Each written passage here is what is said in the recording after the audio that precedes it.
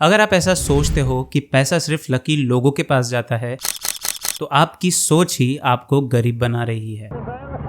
क्या आपने बचपन से यही सुना है कि ज़्यादा पैसे कमाओगे तो जल्दी अमीर बन जाओगे, या फिर सेविंग ही बेस्ट तरीका है पैसे बचाने का? तो मैं आपको बता दूं, ये एक फाइनेंशियल ट्रैप है जो आपको जिंदगी भर पैसों के पीछे भागने पर मजबूर कर सकता है। तो आज हम इस वीडियो में जानेंगे टॉप 10 ऐसे पैसों के बारे में बोले गए झूठ जो कि आपको फाइनेंशियली फ्री होने से रोक रहे हैं। Number 1, rich people are lucky. अमीर लोग सिर्फ लकी होते हैं। अगर पैसे कमाना सिर्फ लक से होता तो आज दुनिया के सबसे ज्यादा अमीर लोग लॉटरी विनर्स होते। पर रियलिटी ये है कि अगर लॉटरी विनर्स अगर सक्सेसफुल भी हो जाए या फिर उनके पास करोड़ों रुपए भी आ जाए, फिर भी उनमें से ज्यादातर लोग कुछ ही सालों में बैंक करप्ट हो जाते हैं, क्योंकि उनके पास ना पैसे संभालने का नॉलेज होता है, ना ही पैसे संभालने की हैबिट्स। तो सिर्फ लक से पैसा बनता तो धीरूभाई अंबानी पेट्रोल पंप पर काम करते हुए बिलियनियर नहीं बनते, या फिर स्टीव जॉब्स अपने गैराज से एप्पल शुरू नहीं करते, या फिर वॉरेन बफेट सर अपने 11 साल की उम्र में अगर अपना फर्स्ट इन्वेस्टमेंट नहीं करते तो आज वो इतने बड़े आदमी नहीं बनते। सच बात यह है कि अमीर लोग लकी नहीं होते, वो फाइनेंशियली एजुकेट होते हैं। वो रिस्क लेते हैं, डिसिप्लिन से काम करते हैं और किसी भी अपॉर्चुनिटी को अपने हाथों से जाने नहीं देते। तो अगर आप भी यही सोचते हो कि मैं अमीर तभी बनूंगा जब मेरी किस्मत अच्छी होगी, तो आप अपना माइंडसेट बदलो। अमीर लोग अपनी किस्मत खुद बनाते हैं। नंबर 2, ज़्यादा कमाई इक्वल्स टू अमीर आदमी। आप लोगों से मैं एक सवाल पूछता हूँ कि कोई एक पर्सन 2 लाख रुपए पर मंथ कमा रहा है और वो अपनी सैलरी को पूरा खर्च कर दे रहा है, और वही दूसरी तरफ कोई एक पर्सन 50,000 रुपये पर मंथ कमा रहा है और वो अपनी सैलरी में सिर्फ 10 से 15,000 रुपये सेव कर रहा है। तो आपको क्या लगता है किसका फ्यूचर लॉन्ग टर्म में सेफ है? अगर ज़्यादा पैसे कमाना लोगों को अमीर बनाता तो आज बड़े बड़े फिल्म स्टार बैंक करप्ट नहीं होते और हाई इनकम सैलरी वाले कभी पैसों के लिए टेंशन नहीं लेते। रियलिटी ये है कि सिर्फ पैसे कमाने से कोई अमीर आदमी नहीं बनता। जो पैसे को सही से संभालना नहीं जानता, वो चाहे कुछ भी कर ले, उसका बैंक अकाउंट हमेशा खाली ही रहेगा। एक रिसर्च के मुताबिक हाई इनकम अर्नर्स भी फाइनेंशियल स्ट्रगल्स को फेस करते हैं, क्योंकि उनका खर्चा उनकी सैलरी से ज्यादा होता है। इसीलिए अमीर आदमी वो नहीं है जो ज्यादा पैसे कमाता है।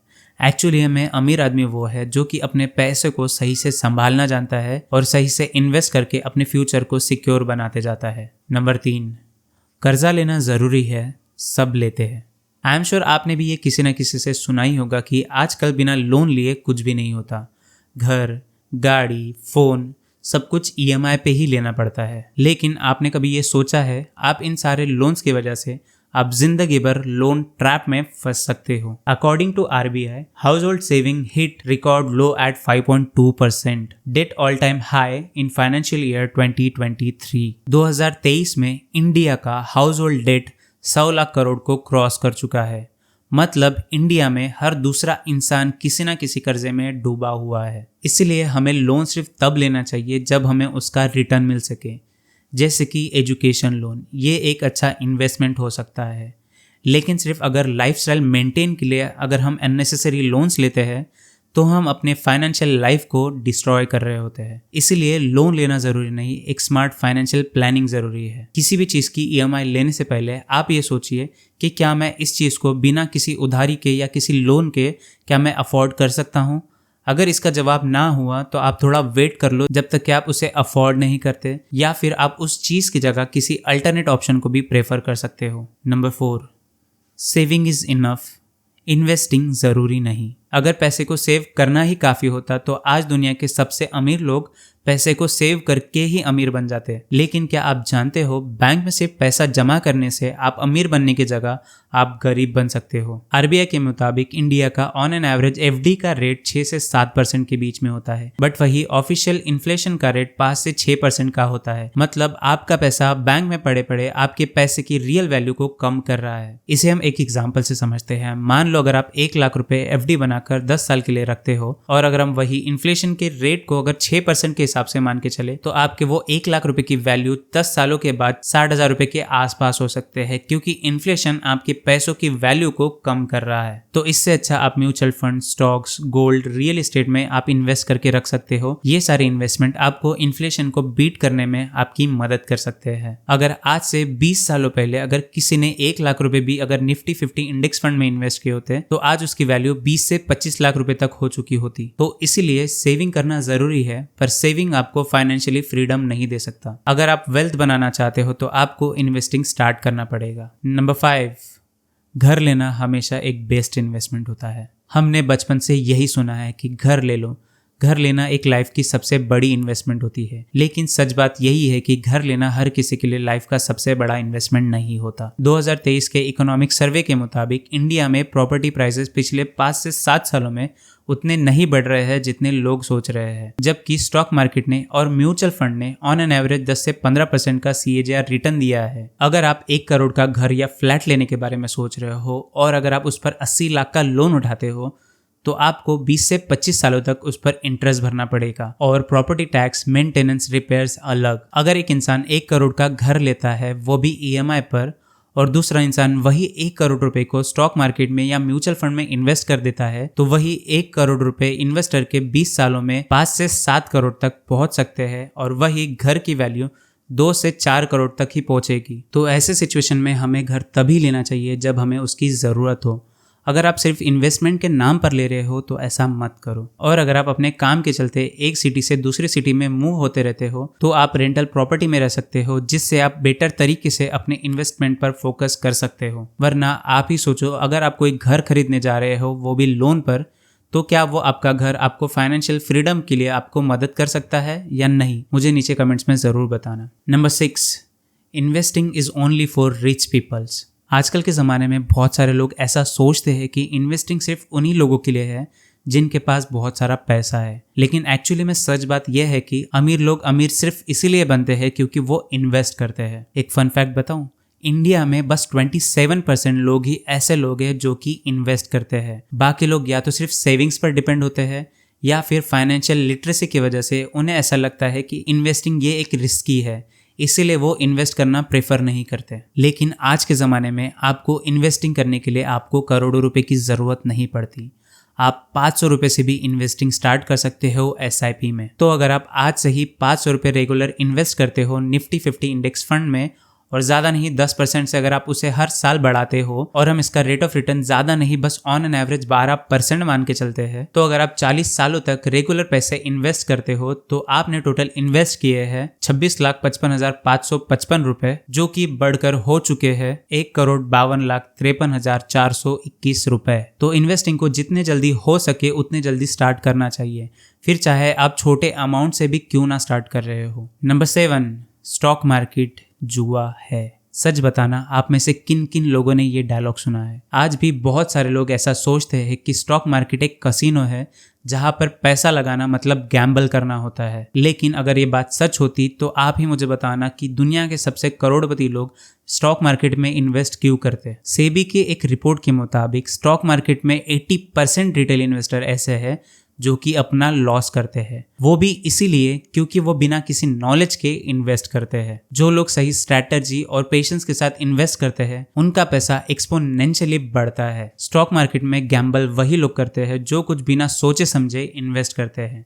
अगर आप long term and fundamentally strong companies में अगर आप इन्वेस्ट करते हो तो स्टॉक मार्केट आपका एक अच्छा वेल्थ क्रिएटर बन सकता है। एग्जाम्पल के लिए, अगर आप 2002 में स्टॉक मार्केट में HDFC या इन्फोसिस कंपनी में अगर सिर्फ 10,000 रुपये इन्वेस्ट करते तो आज उसकी वैल्यू 15 से 20 लाख रुपए की होती। आपको मैं एक रियल लाइफ एग्जाम्पल के बारे में बताता हूँ कि sir Rakesh Jhunjhunwala stock market में बस 5,000 रुपये लेके आए थे और इन्वेस्टिंग को गैम्बलिंग नहीं बल्कि स्ट्रैटेजी और पेशेंस का गेम बनाया, इसीलिए आज उनका नाम इंडिया के ग्रेटेस्ट इन्वेस्टर्स में नाम आता है। तो इसीलिए स्टॉक मार्केट को गैम्बल नहीं बल्कि एक बिजनेस की तरह देखो, सही से रिसर्च करो, पेशेंस रखो, लॉन्ग टर्म के बारे में सोचो। स्टॉक मार्केट सिर्फ तब तक गैम्बल लगता है जब तक आप बिना किसी नॉलेज के आप उसमें पैसे इन्वेस्ट कर देते हो। नंबर 8, अगर पैसा है तो स्पेंड करना चाहिए। बहुत लोग ऐसा सोचते हैं कि पैसे है तो जी लेना चाहिए।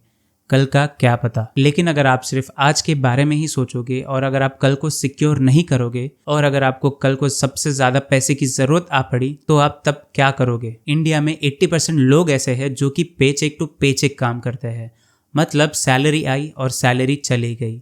कोई भी लोग ना इमरजेंसी फंड, ना इन्वेस्टमेंट, ना सेविंग्स के बारे में सोचते हैं। अमीर लोग भी पैसे स्पेंड करते हैं, लेकिन उन्हीं चीज पर जिनकी उनको ज़रूरत है या फिर वैल्यूएबल चीज़ों पर। लेकिन वो लोग भी एक रूल फॉलो करते हैं पैसा खर्च करने से पहले, जो कि है पहले सेव फिर स्पेंड। मान लो आपकी सैलरी 50,000 रुपये है और अगर आप उसमें से बस 5,000 रुपये अगर इन्वेस्ट करते हो तो आपके वो पैसे 20 सालों में 50 लाख रुपए तक बढ़ सकते हैं। लेकिन अगर आप वही आपकी सैलरी को अननेसेसरी शॉपिंग या पार्टीज में अगर स्पेंड करते हो तो फ्यूचर में आपके पास रिग्रेट्स के अलावा कोई ऑप्शन नहीं बचेगा। वॉरेन बफेट, जो कि दुनिया के सबसे अमीर लोगों में से एक है, उनका कहना है कि अगर आप बिना सोचे समझे पैसा खर्च कर रहे हो तो एक दिन आपको बिना सोचे समझे काम भी करना पड़ेगा। तो इसलिए अपनी स्पेंडिंग को एक सिस्टम के साथ बैलेंस करो, जैसे कि 50-30-20 का रूल। ये रूल कहता है कि 50% of your salary goes to your needs, 30% of your salary goes to your expenses and remaining 20% your salary goes to your investments. मान लो अगर आपकी सैलरी 50,000 रुपये है तो 50-30-20 के रूल के हिसाब से आपकी सैलरी का 50% यानी 25,000 रुपये जाना चाहिए आपकी नीड्स पर। आपकी सैलरी का 30% जो कि आएगा 15,000 रुपये जाना चाहिए आपके खर्चों पर एंड बचा हुआ 20% जो कि आएगा 10,000 रुपये जाना चाहिए आपकी इन्वेस्टमेंट की ओर। Number 9, side hustle waste of time है। अगर आप ये सोचते हो कि आप बस जॉब कर कर एक अमीर आदमी बन सकते हो तो आप दुनिया के सक्सेसफुल लोगों की कहानियां सुन लो। आज के जमाने में बस एक सोर्स ऑफ इनकम काफी नहीं है, आपके पास एक्स्ट्रा सोर्स ऑफ इनकम होना जरूरी है, क्योंकि ये आपको फाइनेंशियली सिक्योरिटी देता है और आपको फाइनेंशियली फ्रीडम देता है। इंडिया में 48% लोग ऐसे हैं जो कि अपने बस एक ही सोर्स ऑफ इनकम पर डिपेंड होते हैं, बट वही यूएसए और चाइना जैसे देशों में 70% लोग साइड हसल करते हैं। अगर आप भी जॉब करते हो तो आपको पता होगा कि इंक्रीमेंट एंड प्रमोशन एक लिमिटेड होते हैं, बट वही साइड हसल में आपकी लिमिट नहीं होती। आज इंडिया में freelancing, YouTube, affiliate marketing, stock trading, blogging जैसे मल्टीपल ऑप्शन से लोग पैसे कमा रहे हैं। अगर आज से ही किसी ने ज्यादा नहीं बस 2 घंटे अगर यूट्यूब पर दे दिए और अगर उसने 1 सालों में 50,000 सब्सक्राइबर बना लिए तो उसकी इनकम मिनिमम 50,000 से 1 लाख रुपए के बीच में हो सकती है। और यही फ्रीलांसिंग और एफिलिएट मार्केटिंग पे भी अप्लाई होता है। आप सभी ने बायजूस कंपनी का नाम तो सुना ही होगा। बायजूस कंपनी के ओनर बायजू रविंद्रम पहले एक नॉर्मल टीचर थे, लेकिन उन्होंने साइड हसल के रूप में ऑनलाइन टीचिंग स्टार्ट की और आज बायजूस की वैल्यूएशन 50,000 करोड़ प्लस में है। तो आप सिर्फ डेली का 1 या 2 घंटा अपने स्किल्स या पैशन पर दे दो तो आने वाले 5 सालों में आपकी सेकंड इनकम आपके फर्स्ट इनकम के बराबर हो सकती है। इसीलिए साइड हसल टाइम वेस्ट नहीं बल्कि टाइम इन्वेस्ट है, और अगर आप इसे जितने जल्दी स्टार्ट करोगे उतने जल्दी ही आपको फाइनेंशियल फ्रीडम मिलने में आपकी मदद होगी। नंबर 10, फाइनेंशियल एजुकेशन सिर्फ एक्सपर्ट्स के लिए होता है। अगर आप भी ये सोचते हो कि फाइनेंशियल एजुकेशन ये सिर्फ एक्सपर्ट्स के लिए है तो एक बात आप समझ लो कि अगर आप पैसे कमाते हो तो आपको पैसे संभालना भी आना चाहिए। आज के टाइम में फाइनेंशियल एजुकेशन एक लग्जरी नहीं बल्कि एक जरूरत है, क्योंकि अगर आप अपने पैसे को सही से मैनेज करना नहीं जानते फिर चाहे आप करोड़ों रुपए भी क्यों ना कमा लो वो एक दिन जाकर जीरो ही बनने हैं। एक सर्वे के मुताबिक इंडिया में बस 27% लोग फाइनेंशियली एजुकेटेड है, मतलब बाकी सारे लोग inflation, income tax planning, investing या सेविंग्स के कॉन्सेप्ट को जानते ही नहीं। आपने भी बहुत बार ये नोटिस किया होगा कि लोग पैसे कमा तो लेते हैं लेकिन वो सेव नहीं कर पाते क्योंकि वो फाइनेंशियली एजुकेटेड नहीं होते। सिर्फ पैसा कमाना इनफ नहीं होता, उसे इन्वेस्ट करना और उसे सही तरीके से मैनेज करना भी आना चाहिए। अगर आपको बेसिक इन्वेस्टिंग या वेल्थ बिल्डिंग के बारे में नॉलेज नहीं है तो आप शायद बैंक में एफडी बनाकर या बैंक में बस पैसे सेव कर कर ही खुश हो जाओ, लेकिन इन्फ्लेशन आपके उस पैसे की वैल्यू को कम कर रहा है। आज के टाइम में आप यूट्यूब, बुक्स, ऑनलाइन कोर्सेज के थ्रू फ्री में फाइनेंशियल एजुकेशन ले सकते हो। आपको अकाउंट या फाइनेंस में एक्सपर्ट बनने की जरूरत नहीं है, लेकिन बेसिक इन्वेस्टिंग, टैक्स प्लानिंग और सेविंग के नॉलेज को लेना बहुत जरूरी है। तो फाइनेंशियल एजुकेशन सिर्फ एक्सपर्ट्स के लिए जरूरी नहीं बल्कि उस हर एक इंसान के लिए ज़रूरी है जो कि पैसा कमा रहा है और अपने फ्यूचर को सिक्योर करना चाहता है। अब तक तो आपको पता चल चुका होगा कि बचपन से आज तक आपके दिमाग में कितनी सारी झूठी बातें डाल दी गई है। फिर चाहे वो घर लेना एक बेस्ट इन्वेस्टमेंट होता है या इन्वेस्टिंग सिर्फ अमीर लोगों के लिए होता है या स्टॉक मार्केट एक जुआ है, ऐसे कितने ही बिलीव हमें हमारे फाइनेंशियल फ्रीडम से दूर कर रहे हैं। आज के ज़माने में पैसा सिर्फ हार्ड वर्क से नहीं बल्कि स्मार्ट वर्क से कमाया जाता है। सेविंग से ज़्यादा इन्वेस्टिंग पर ध्यान दो। एक साइड हसल को ट्राई करो। अपनी पहली इन्वेस्टमेंट आज से ही स्टार्ट करो। फिर चाहे 500 रुपये हो या 5000 रुपये, स्टार्ट करना ज़रूरी है, क्योंकि आप जितना जल्दी स्टार्ट करोगे उतने जल्दी आप अपने फाइनेंशियल फ्रीडम के पास पहुंचोगे। दुनिया में सिर्फ 2 तरह के लोग होते हैं,